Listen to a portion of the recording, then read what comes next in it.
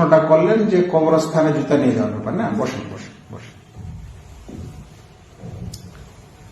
এখানে একটা কথা মাথায় রাখবেন, কবরস্থানে জুতা নিয়ে যাওয়া ব্যাপারটা কি, কেন নিয়ে যাওয়া যাবে কি যাবে না।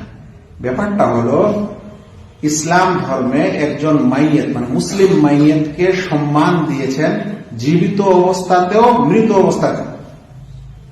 কথাটা মাথায় রাখেন যে কেন এই তর্কটা। এর কারণ হলো যে একজন মুসলিম মানুষ সে সম্মানিত, যেমন জীবিত অবস্থায় সম্মানিত তেমন মৃত অবস্থাতেও সম্মানিত। তাই জীবিত অবস্থায় যদি কোনো মানুষকে আপনি জুতা দিয়ে তাকে না মারতে পারেন বা না ওকে মানে করতে পারেন, তো একজন মৃত মাইয়েতকেও আপনি তার উপর দিয়ে জুতা দিয়ে চলাফেরা করতে পারেন না। খালি জুতা না, পা দিয়েও আপনি যেতে পারেন না, ওর উপর আপনি হাঁটতে পারেন না কবরের উপর, মানে খালি পায়ে হলেও আপনি হাঁটতে পারেন না কবরের উপর। সমস্যাটা খালি জুতা নিয়ে কেন রে বাবা? মানে মানুষ ইসলামের বিধানটা বুঝছে না, অর্থটা বুঝছে না যে এখানে যে কবরস্থানে কবরগুলো আছে এগুলো মুসলিমের, তাই এই মুসলিম কবরগুলো সম্মানিত। এখানে আপনি জুতা নিয়ে যদি যান, এটা যেমন আপনাকে বিবেকে বাঁধছে, কারণ দুনিয়াতে আমরা জুতাকে খারাপ মনে করি, তো খালি পায়ে ওই কবরের উপর দিয়ে যেতে পারবেন না এবং কবরের উপর আপনি বসতেও পারবেন না।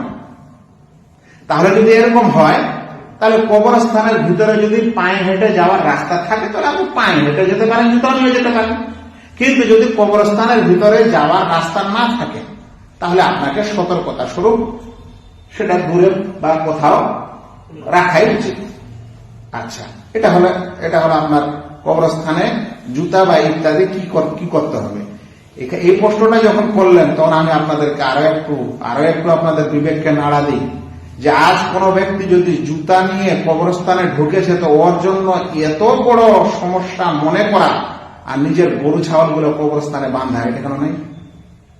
এটা বিচার কে করবে? নিজের গরুগুলাকে যে কবরস্থানে ছেড়ে দিচ্ছে, গরুগুলা যে পেশাব পায়খানা করছে, ছাগলগুলা যে পেশাব পায়খানা করছে, এটা বিচার কেন হয় না? এখানে কেন মানুষের রাগ হয় না? নিজের বাচ্চাগুলা যে ফুটবল খেলছে ওখানে গিয়ে, তখন কেন কোনো খবর হয় না?